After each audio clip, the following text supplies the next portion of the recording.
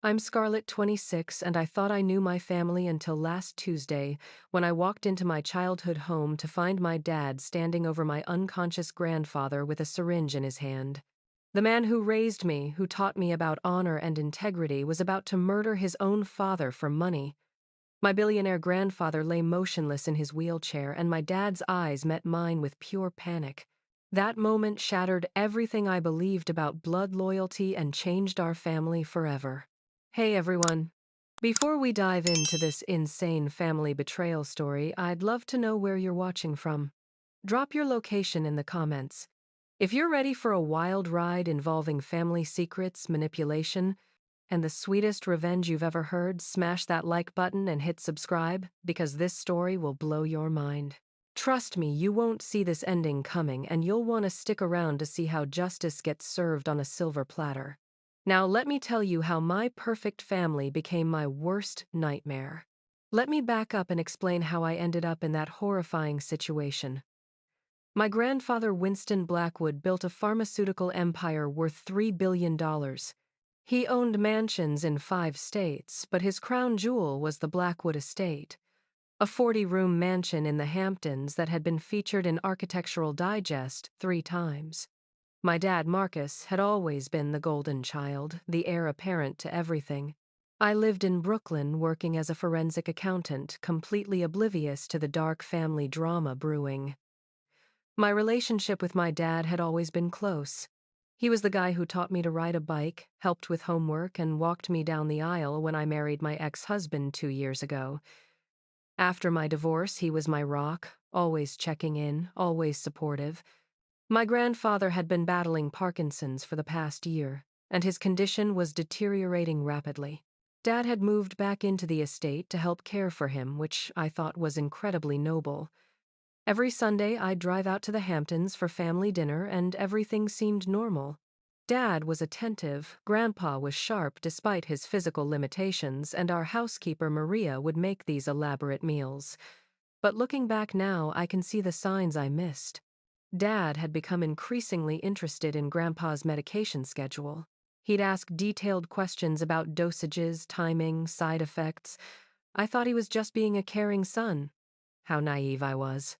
The Tuesday that changed everything started ordinarily enough. I had finished a big audit early and decided to surprise them with takeout from Grandpa's favorite Italian place. I had a key to the estate, so I let myself in through the side entrance that led directly to Grandpa's study. The scene I walked into will haunt me forever. Grandpa was slumped in his wheelchair, completely unconscious. Dad was standing over him with a syringe filled with what I later learned was a massive dose of insulin. Enough to kill a diabetic, and my grandfather wasn't diabetic. Dad's face went white when he saw me. Scarlet eye. He was having an episode I knew. The way his hands shook, the guilty panic in his eyes, the syringe he tried to hide behind his back. This wasn't medical care. This was murder. "What the hell are you doing?" I screamed, rushing to check Grandpa's pulse. It was weak, but present. "You don't understand," Dad stammered. "He's suffering. The Parkinson's is getting worse. I'm just helping him." "With insulin, Dad? What the actual hell?" That's when the mask slipped completely. The loving, caring father I'd known my entire life transformed into someone cold and calculating. "He's going to die anyway, Scarlett. Why should we wait for him to waste away in some nursing home, burning through money that should be ours, that should be yours?" I felt sick. "Our money, Dad. This isn't our money. It's his money. I've dedicated my entire life to this family, to this business. I've earned this inheritance. We've earned it. Do you know what it's like living in his shadow, waiting for scraps of approval?" The greed in his voice was nauseating. This man who had raised me to value honesty and compassion was standing there justifying attempted murder for money. "I'm calling 911, I said, pulling out my phone. That's when Dad grabbed my wrist. Hard. "No, you're not. You're going to help me finish this, or you're going to keep your mouth shut. Are you threatening me? I'm protecting our future." "Scarlett, think about this logically. With his money, you could start your own firm. Buy a house. Never worry about money again. I stared at this stranger wearing my father's face. You're talking about murdering your own father for money. I'm talking about mercy, killing a suffering old man and securing our family's future. The way he rationalized it was terrifying. He genuinely believed he was justified. But I knew better. I'd seen Grandpa just 3 days ago, and while he was physically limited, his mind was sharp. He was working on his memoirs, planning a foundation, very much wanting to live. I won't be part of this, I said, backing toward the door. Then you'll keep quiet about it. Because if you don't, I'll make sure everyone knows about your little embezzlement problem at your last job. My blood ran cold. What embezzlement problem? The one I'll create. The one that will destroy your career and land you in prison. You think your forensic accounting skills are special? I built this empire, Scarlett. I know how to manipulate numbers better than you ever will. The threat hung in the air like poison. This was my father, the man I'd trusted above all others, threatening to frame me for a crime to cover up his attempted murder. But then Grandpa stirred. His eyes fluttered open, unfocused but alive. Winston, Dad said, his voice suddenly gentle, caring. You had another episode. I was just checking your vitals. I watched in horror as Dad seamlessly switched back to concerned son mode. But Grandpa's eyes found mine, and I saw something there. Awareness. Fear. He knew. I need some air, I said shakily, backing out of the room. Scarlett, Dad called after me, but I was already running. I sat in my car in the estate's circular driveway, hands shaking, mind racing. My father had just tried to murder my grandfather, threatened to frame me for embezzlement, and was now probably back in there playing the caring son. The man I'd trusted, loved, and admired my entire life was a monster.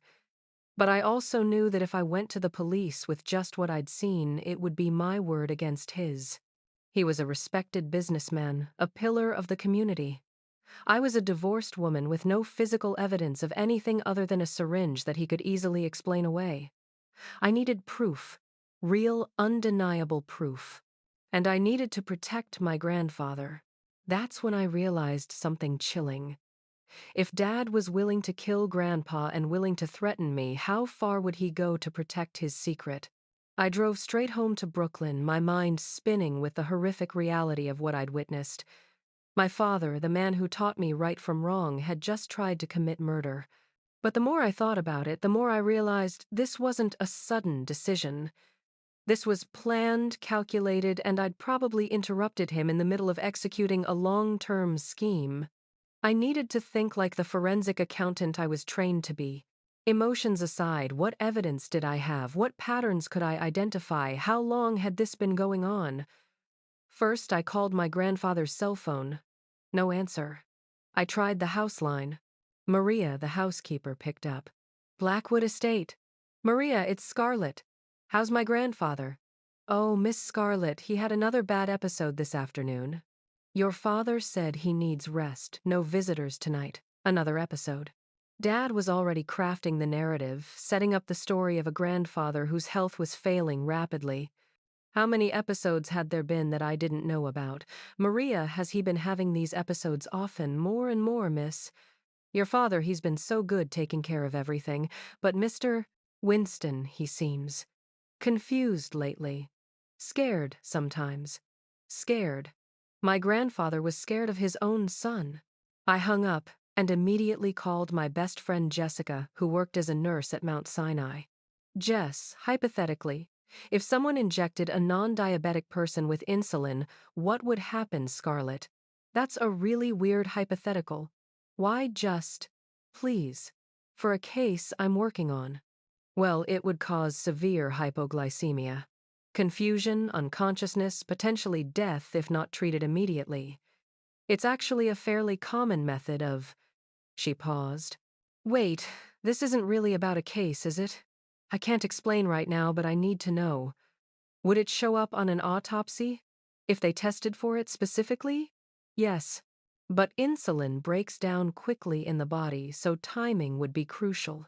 Scarlett, you're scaring me. What's going on? I couldn't tell her. Not yet. I needed more than suspicions. Over the next few days, I started investigating my own family with the same methodical approach I used for corporate fraud cases. I began with financial records. As Grandpa's designated emergency contact at his bank, a role Dad had somehow maneuvered me into last year, I had access to his accounts. What I found was disturbing. Over the past 6 months, there had been several large transfers.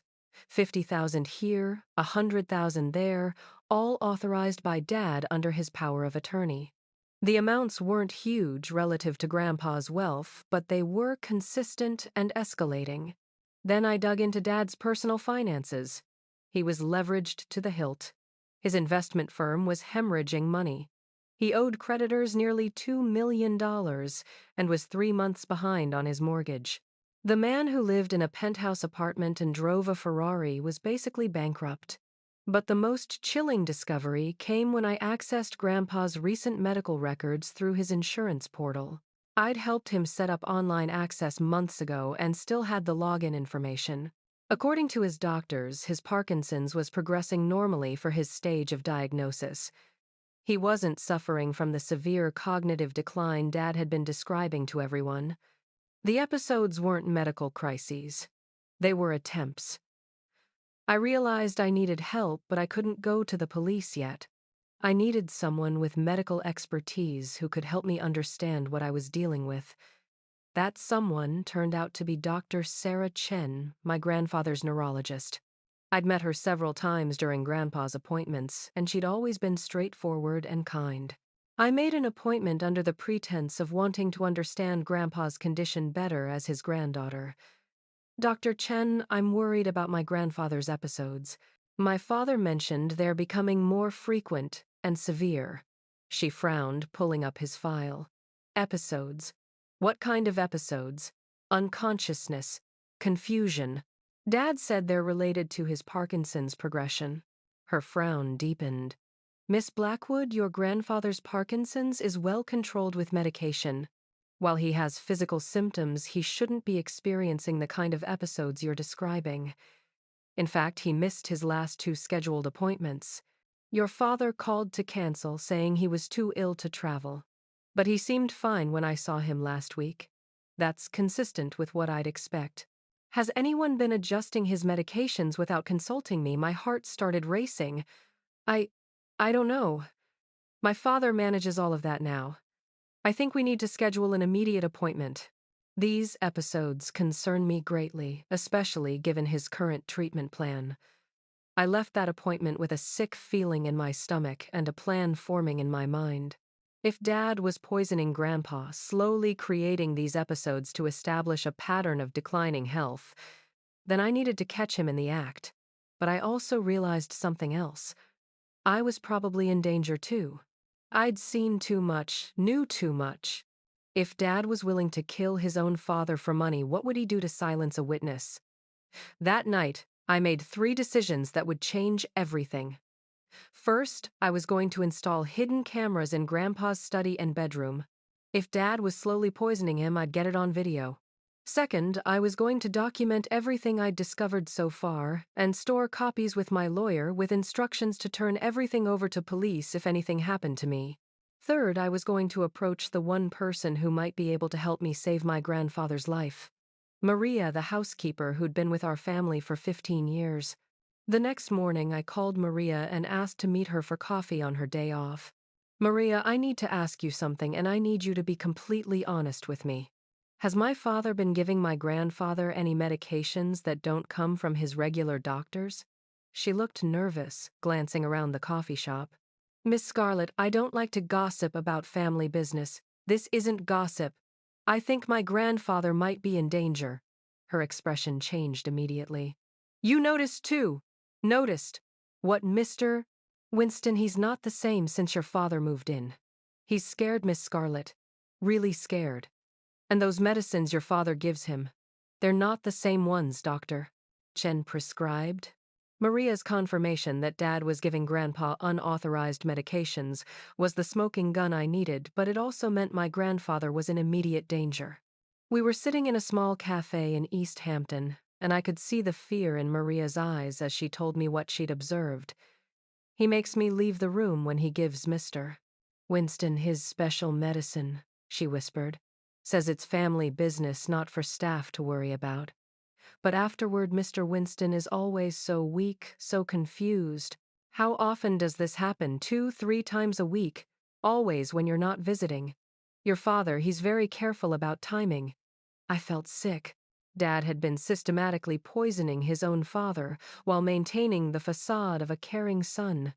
But I needed more than Maria's testimony. I needed irrefutable proof. Maria, I need your help to save my grandfather's life. But I have to warn you, this could be dangerous. My father, he's not the man we thought he was. She nodded grimly. I know, miss. I've worked for good families and bad families.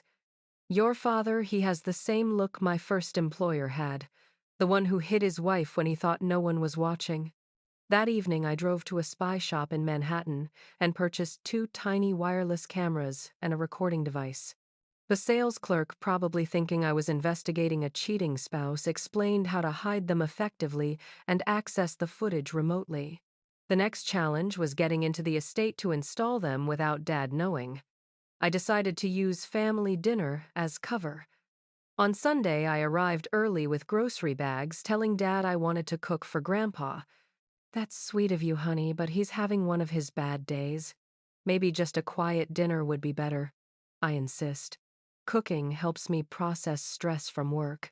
While Dad was on a business call in his office and Maria was helping me prep vegetables, I quickly installed one camera behind a book on Grandpa's study shelf and another in the corner of his bedroom disguised behind a family photo.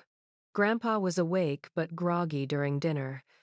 When Dad stepped away to take another call, I leaned close to my grandfather. Grandpa, do you remember Tuesday when I came to visit? His eyes focused on me with effort. Scared Scarlett. Can't. Trust. I know. I'm going to help you. But I need you to try to stay awake when Dad gives you medicine, okay? Try to remember what he says. He squeezed my hand weakly, and I knew he understood. Over the next week, I monitored the camera footage obsessively. What I captured was worse than I'd imagined. Dad wasn't just giving Grandpa unauthorized medications. He was systematically drugging him into compliance while searching through his personal papers, clearly looking for something specific. On Wednesday night, the cameras caught Dad injecting something into Grandpa's IV line while my grandfather slept. The dose was smaller than what I'd seen that Tuesday, but it was clearly part of a pattern. On Friday, I recorded Dad going through Grandpa's desk drawers while he was unconscious, photographing documents with his phone. But the most damning footage came Saturday night. Dad was on the phone in Grandpa's study, speaking to someone I couldn't see. The old man is proving more resistant than expected, Dad said. His will is ironclad. Everything goes to charity unless I can prove mental incompetence. We need to speed up the timeline. A voice on the other end responded, but I couldn't make out the words. No, killing him outright is too risky now. Scarlett's getting suspicious.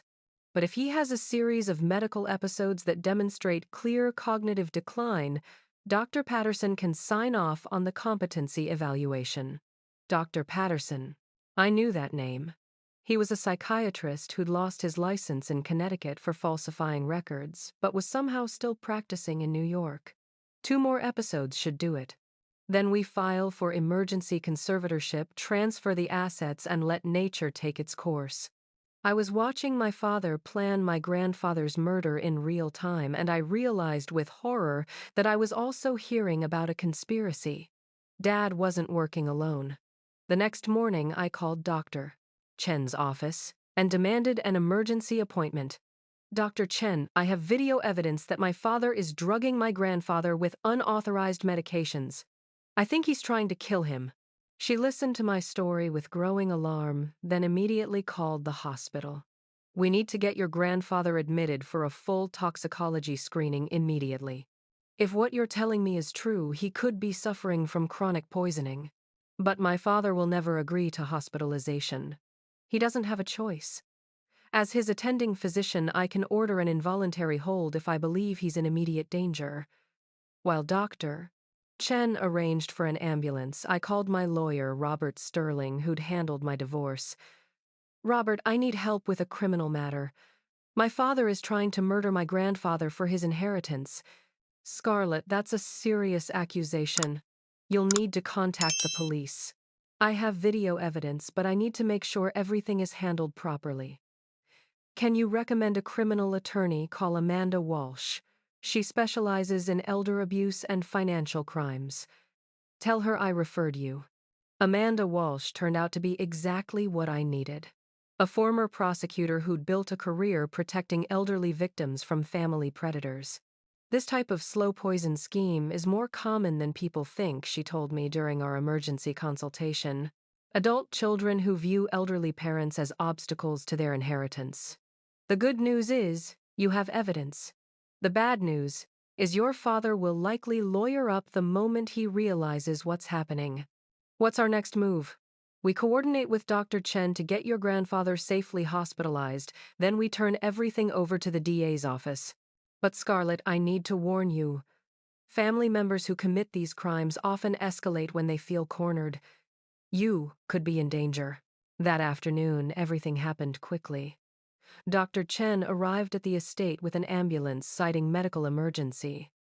Dad tried to refuse, but Dr. Chen threatened to call Adult Protective Services. This is unnecessary, Dad argued. He's fine at home with proper care. Mr. Blackwood, your father's symptoms are inconsistent with his diagnosis. He needs immediate medical evaluation. I watched Dad's face as they loaded Grandpa into the ambulance. For just a moment, the mask slipped again, and I saw cold calculation in his eyes. He was already planning his next move. That night, I didn't go home. Instead, I checked into a hotel under a fake name and called Amanda Walsh. The hospital confirmed chronic drug toxicity, she reported. Multiple substances that shouldn't have been in his system. The police want to interview you tomorrow morning.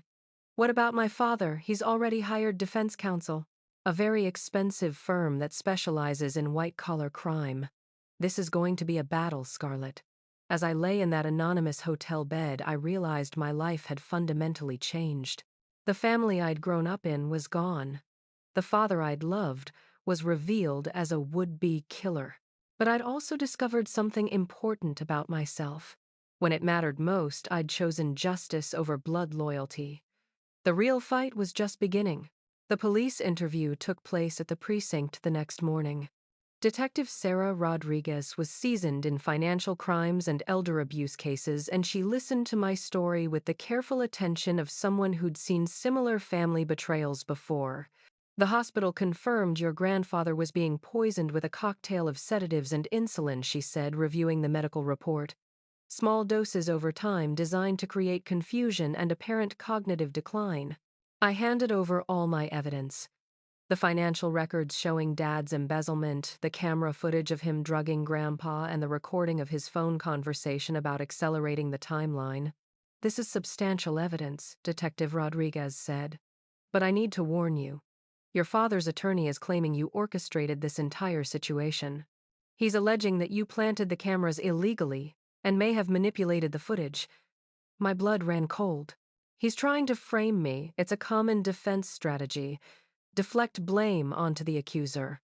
He's also claiming you have financial motivation, that you're trying to eliminate him as competition for the inheritance. This was exactly what Dad had threatened that first day, to destroy my credibility and frame me for crimes. But I'd prepared for this possibility. Detective, I've brought someone who can corroborate everything. I gestured to Maria, who was sitting nervously in the hallway. She witnessed the unauthorized medications and can confirm the timeline. Maria's testimony was powerful. 15 years of employment with the family gave her credibility, and her detailed observations about Dad's behavior painted a clear picture of premeditated elder abuse. But the real breakthrough came when Detective Rodriguez executed a search warrant on Dad's apartment. They found a burner phone with text messages to Dr. Patterson about the Wilson case, using a code name for my grandfather. The messages were damning. Patient, showing too much resistance to treatment, may need stronger intervention. And Dr. Patterson's response: increase dosage gradually, maintain plausible deniability. They'd also found Dad's computer, which contained research on inheritance law, information about insulin poisoning, and drafts of legal documents attempting to establish power of attorney over my grandfather's medical decisions. The evidence was overwhelming, but Dad's legal team was fighting hard. They'd convinced a judge to grant him bail, claiming he was a respected businessman with no flight risk. That's when Amanda Walsh suggested our nuclear option. Your grandfather is awake and coherent now that the drugs are out of his system. He wants to make a statement. At the hospital, Grandpa was sitting up in bed looking more alert than I'd seen him in months. The medical team had confirmed that his Parkinson's symptoms were actually less severe than they'd appeared.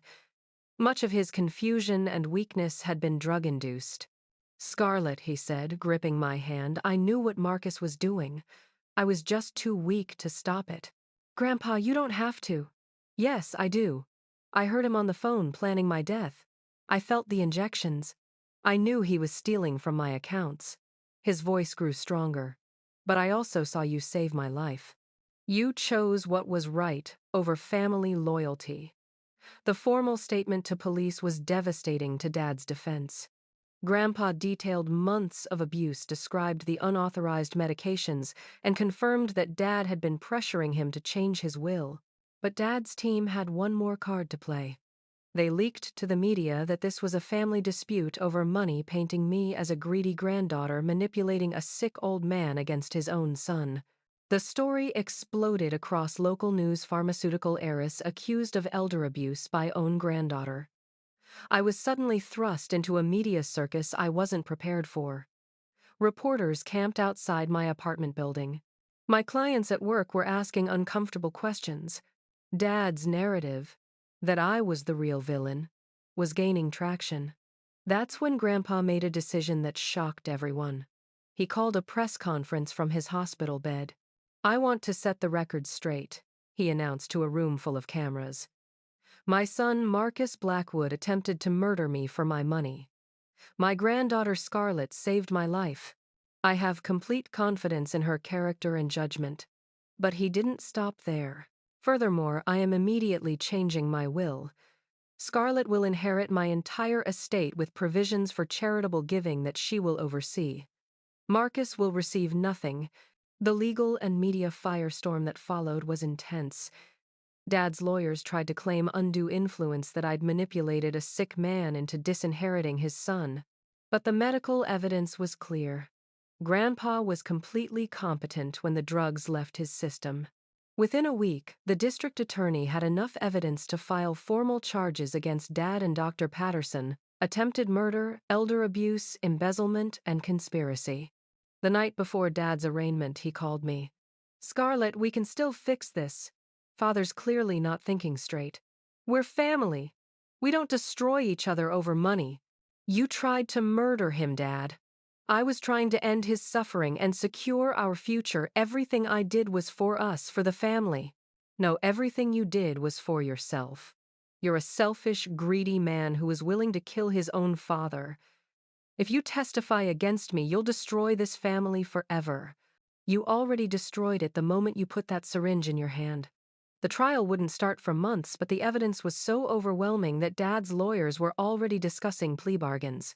The arraignment was a media spectacle. Dad walked into court in an expensive suit, flanked by his high-powered legal team, still playing the role of the wronged businessman. But when the charges were read aloud, attempted murder in the first degree, elder abuse, embezzlement, conspiracy, the weight of his crimes was undeniable. I sat in the gallery with Amanda Walsh, watching this man I'd once called father reduced to defendant number 47 on the court docket. When his eyes met mine across the courtroom, there was no remorse, only cold anger. He still believed he was the victim in this story. The judge set bail at $2 million, which Dad's lawyers managed to post by leveraging what remained of his assets. But the conditions were strict. No contact with Grandpa or me, surrender of passport and GPS monitoring. Within 24 hours of his release, the full scope of Dad's financial crimes began to unravel. The FBI had seized his business records, and what they found was a decades-long pattern of embezzlement, and fraud. Dad hadn't just been stealing from Grandpa. He'd been running a Ponzi scheme through his investment firm using new client money to pay returns to existing investors while skimming millions for his personal use. The pharmaceutical company he'd inherited from Grandpa was being systematically looted. His clients started coming forward with their own stories. Retirement funds vanished. College savings stolen. Elderly widows who'd trusted him with their life savings discovered their accounts were empty. The FBI estimated he'd stolen over $20 million across 15 years. But the personal cost was devastating, too.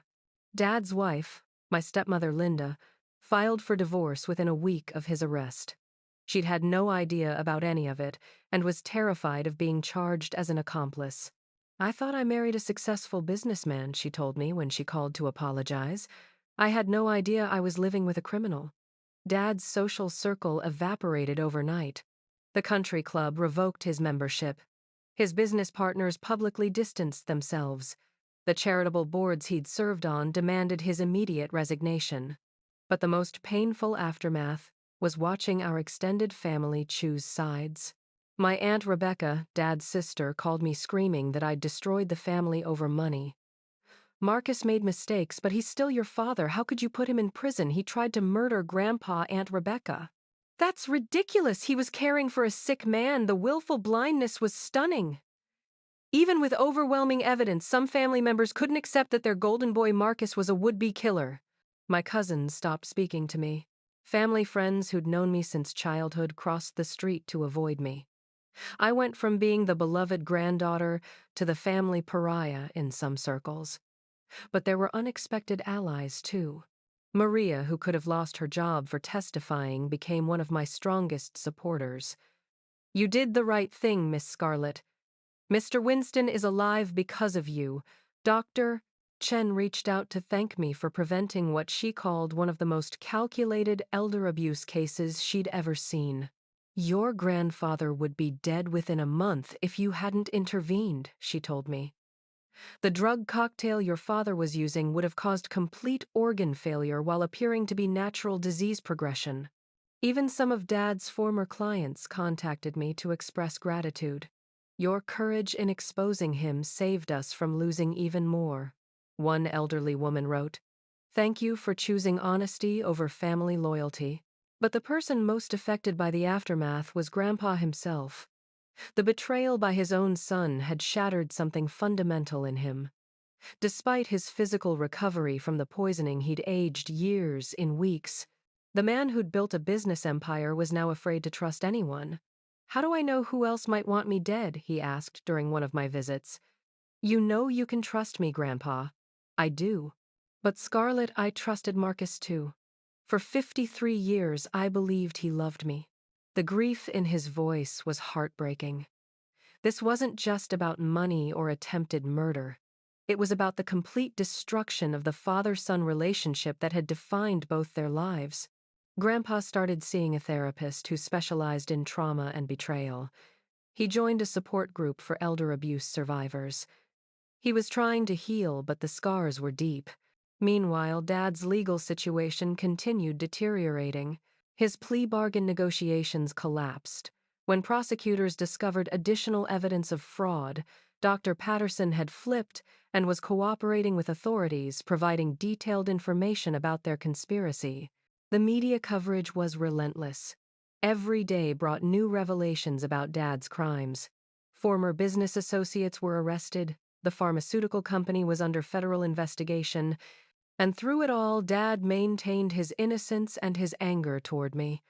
His lawyer made public statements claiming I was the real mastermind, that I'd manipulated an elderly man and fabricated evidence to steal an inheritance.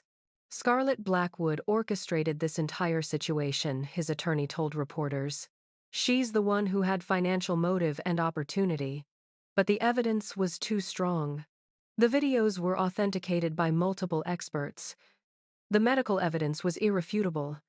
The financial records showed a clear pattern of theft. 3 months after the arrest, Dad's legal team finally acknowledged reality. They approached prosecutors about a plea deal. The offer was substantial prison time, 15 to 20 years for attempted murder and fraud charges, but it would avoid the death penalty that was theoretically possible for premeditated murder. Dad rejected it. "I'm not pleading guilty to something I didn't do," he told his lawyers. "We're going to trial." That decision would prove to be his final catastrophic mistake. The trial began 8 months later, and it was everything Dad's lawyers had hoped to avoid. The prosecution's case was methodical and devastating. They played the videos of Dad poisoning Grandpa. They presented the financial records showing systematic embezzlement. They called witness after witness who testified to his pattern of deception and manipulation. But the moment that destroyed any remaining sympathy for Dad came when Grandpa testified. At 81, my grandfather walked slowly to the witness stand using his cane, but his voice was strong and clear as he described months of living in fear of his own son. "I would wake up at night wondering if this would be the day he succeeded in killing me," Grandpa said. "The man I raised, who I loved unconditionally, was slowly poisoning me while pretending to care for my welfare." The courtroom was silent, except for the sound of people weeping. Dad's defense strategy was to paint himself as a caring son, overwhelmed by the burden of caring for a sick father. But when he took the stand in his own defense, his arrogance and sense of entitlement shone through. "I dedicated my life to building the family business," he testified. "I deserved to inherit what I'd worked for." "Even if it meant killing your father?" the prosecutor asked. "I never intended to kill anyone. I was managing his pain with insulin." When he wasn't diabetic, Dad's answer revealed everything. "Sometimes you have to make difficult decisions for people who can't make them for themselves." The jury deliberated for less than 4 hours. Guilty on all counts. The judge sentenced Dad to life in prison without possibility of parole for attempted murder, plus additional sentences for fraud and elder abuse to run consecutively. He would die in prison. As they led him away in handcuffs, Dad looked at me one final time. There was no remorse, no apology, just cold hatred for the daughter who'd chosen justice over blood loyalty. But I felt something I hadn't expected. Not satisfaction or revenge, but profound sadness for the father I'd lost long before he was arrested. The man who taught me to ride a bike was gone, replaced by a stranger whose greed had consumed everything good about him. The aftermath of the trial brought unexpected peace. Grandpa and I grew closer than we'd ever been. He moved out of the estate, saying it held too many painful memories, and bought a smaller house near the ocean where we had dinner every Sunday. "You saved my life, Scarlett," he told me one evening as we watched the sunset. "But more than that, you showed me what real family loyalty looks like. It's not blind support for blood relatives. It's choosing what's right even when it's difficult." With Dad's conviction, I inherited the pharmaceutical company and Grandpa's fortune, but money was no longer the point. I used the resources to establish a foundation for elder abuse prevention and hired the best lawyers to help Dad's fraud victims recover their stolen savings.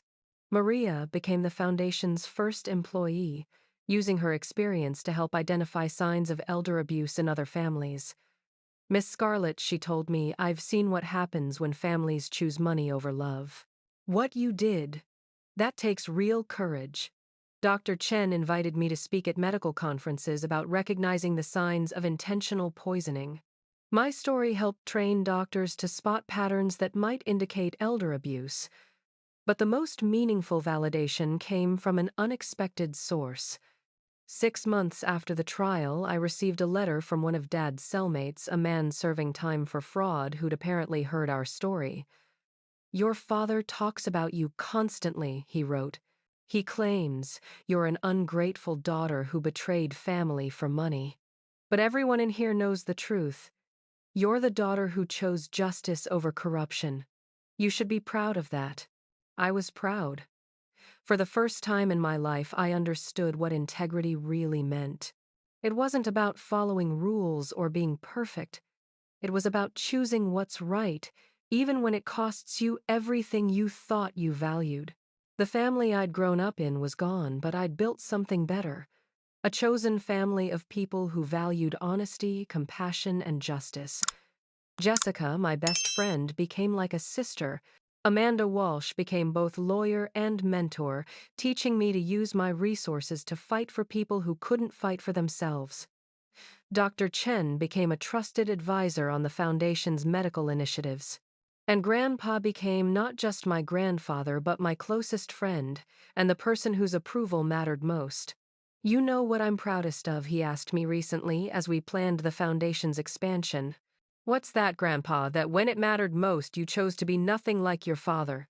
2 years after Dad's conviction, I still get asked about my decision to turn in my own father. People want to know if I regret destroying my family, if the money was worth it, if I ever feel guilty. The answer is simple. I didn't destroy my family. I saved it. I saved my grandfather's life. I stopped a predator from hurting more victims, and I chose justice over the comfortable lie of family loyalty. The real tragedy isn't that Dad went to prison. It's that he chose greed over love, chose murder over patience, chose to become a monster instead of remaining the father I'd once admired. But from that tragedy came something beautiful, the knowledge that when tested, I had the courage to do what was right.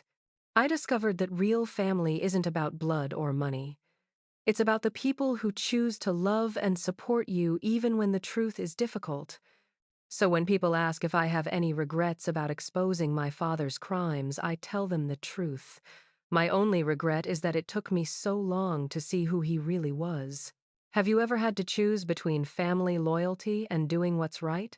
Have you experienced that moment when someone you trusted completely revealed themselves to be someone entirely different? I'd love to hear your stories in the comments below.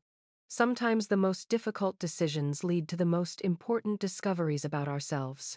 If this story resonated with you, please hit that like button and subscribe for more real-life stories about family justice and finding the courage to stand up for what's right.